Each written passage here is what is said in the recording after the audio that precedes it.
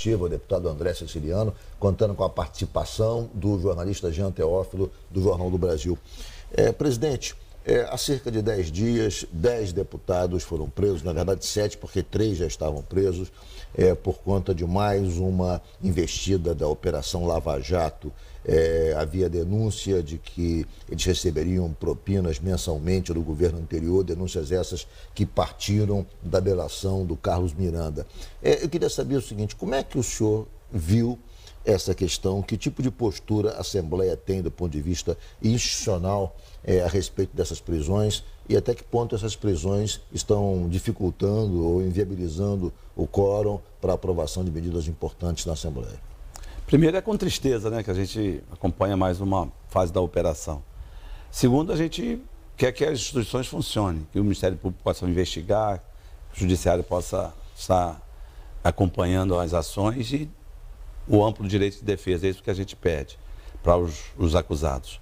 Em relação ao quórum, isso não vai modificar muita coisa na Assembleia. Nós estamos agora aqui quase terminando o ano legislativo.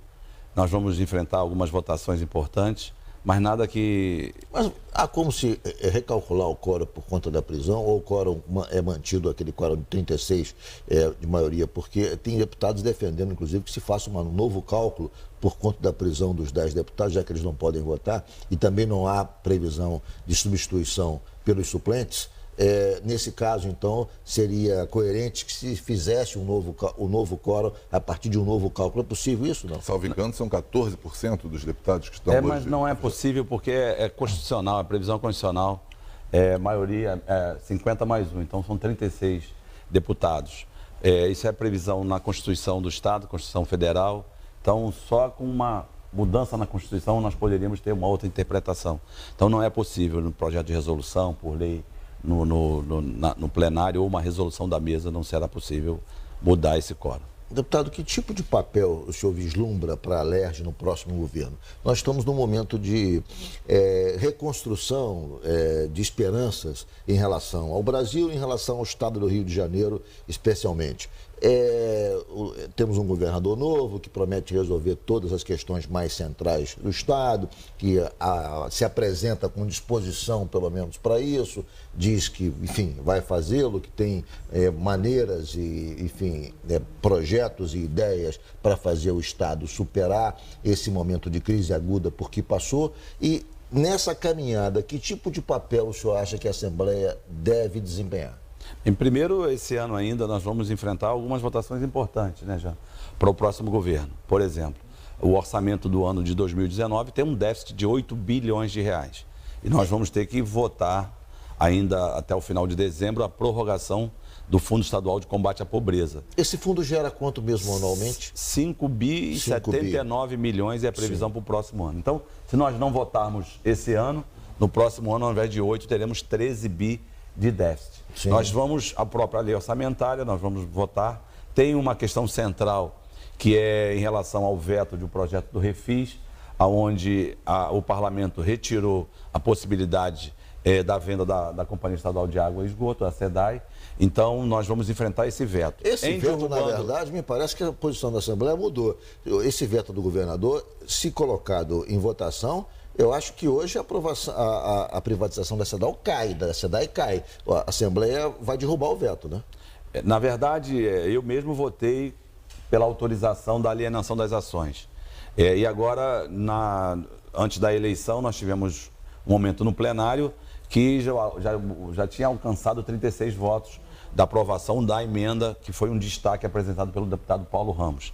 Então, eu também votei favorável ao destaque, aprovando o destaque e retirando a SEDAI. Agora, sempre se coloca a questão de que se nós derrubarmos esse veto, e possivelmente vamos enfrentá-los na semana do dia 27 e 28, tem uma ameaça do governo federal retirar o estado do Rio de Janeiro do plano de recuperação. Do plano de recuperação fiscal. E aí isso é um problema, porque o estado ele ainda não consegue ter a receita suficiente, mesmo porque em 2019 8 bilhões de reais de déficit. Deixa eu falar sobre esse déficit. Na verdade, há quem diga que esse déficit não vai se verificar, porque o petróleo está subindo muito, o royalty do petróleo para o ano que vem dizem que vai ser espetacular, dizem que o Rio vai ter um royalty ano que vem, que vai ser o melhor dos royalties dos últimos tempos e que, na verdade, esse déficit deve desaparecer. Ele está sendo previsto de maneira bastante conservadora, porque a se confirmar as previsões de produção de petróleo e também do preço do barril de petróleo, esse déficit não deve acontecer. O que você acha disso? Ricardo, há um mês atrás, o câmbio era R$ 4,10. Agora está da ordem de R$ 3,70. Há um mês atrás, o barril do petróleo era $85. Hoje está em 67. Então, o câmbio caiu, também o preço internacional caiu. Então, essa questão do preço, ela varia muito, então a gente tem que ter sempre o pé no chão. A bem da verdade, esse ano nós tínhamos uma previsão de ter um déficit no Rio Previdência, que o royalties serve para capitalizar o Rio Previdência, um déficit significativo. Esse déficit vai ser da ordem de 1,5 bi, 2, na minha opinião. Eu estou dizendo desde o início do ano que a arrecadação do royalties poderia ultrapassar os 13 bilhões de reais.